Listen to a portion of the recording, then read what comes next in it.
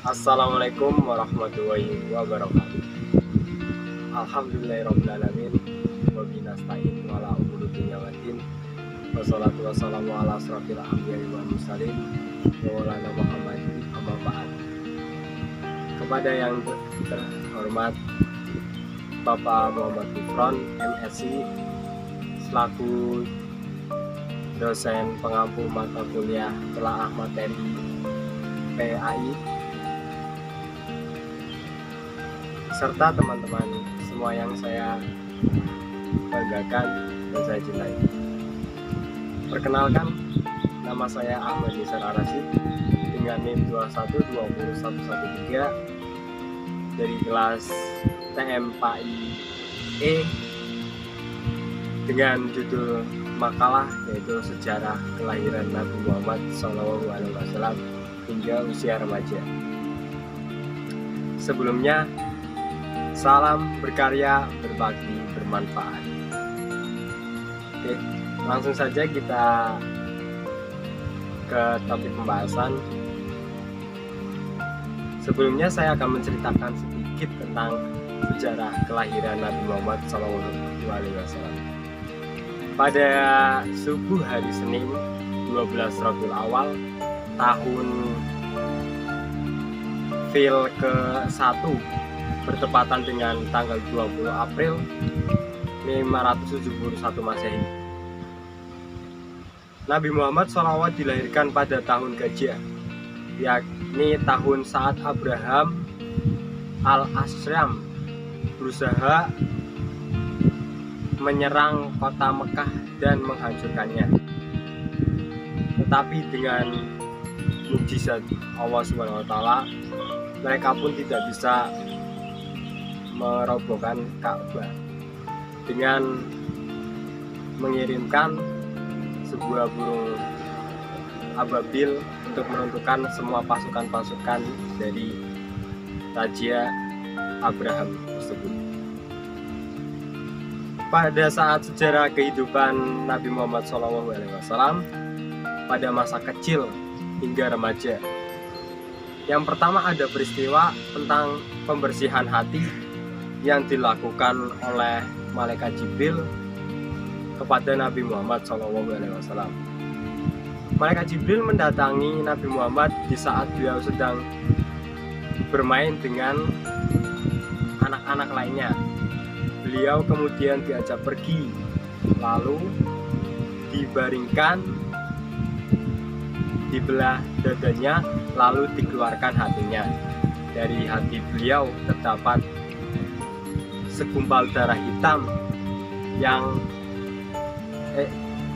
inilah bagian setan yang ada dalam tubuhmu.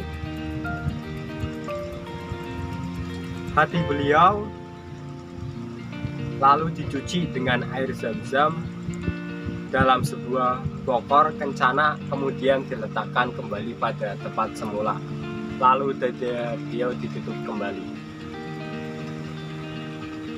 Kematian ibu dan kakeknya. Ibu Nabi Muhammad meninggal saat beliau berumur 6 tahun. Ketika ditinggal ibunya, lalu Nabi Muhammad diasuh oleh kakeknya, yaitu Abdul Muthalib. Namun pada saat itu Abdul Muthalib meninggal dunia dalam usia 80 tahun. Dengan demikian, baru 2 tahun berselang ibunya menusul kakeknya, yaitu Abdul Muthalib. Sekarang datang pula saat kakeknya meninggal. Di bawah asuhan Abu Thalib, sepeninggalnya Abdul Muthalib, Nabi Muhammad dirawat oleh Abu Thalib, yaitu pamannya. Kasih sayang beliau, kecintaan beliau,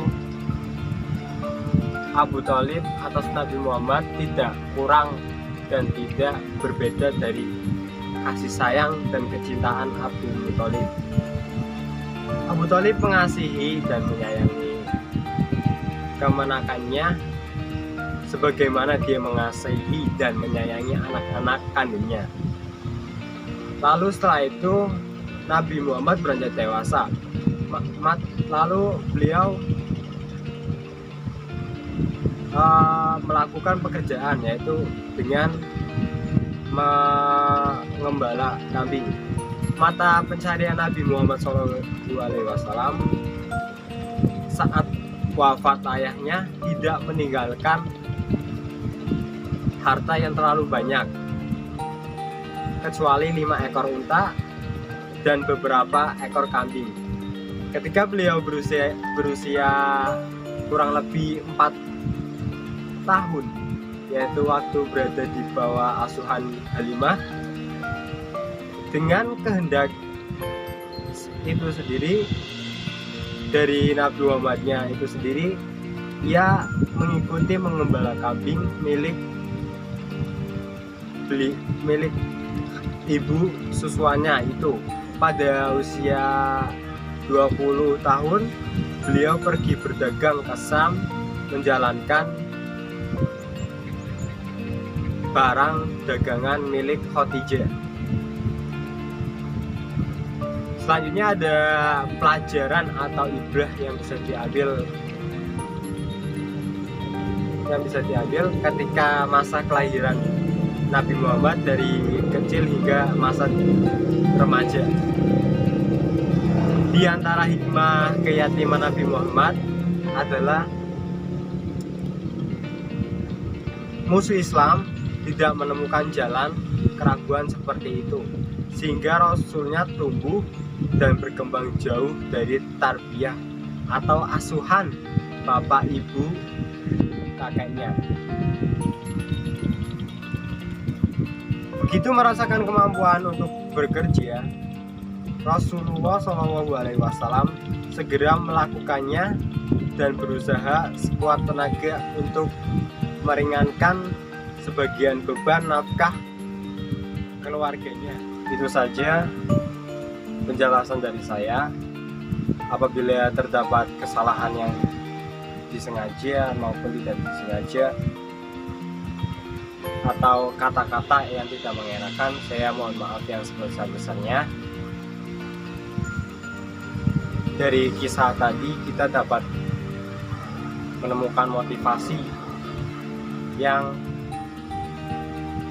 pas atau bisa kita terapkan dalam kehidupan sehari-hari, yaitu motivasinya teruslah bersabar, karena di balik kesabaran itu pasti terdapat kesuksesan yang akan datang di masa depan. Terima kasih. Wassalamualaikum warahmatullahi wabarakatuh.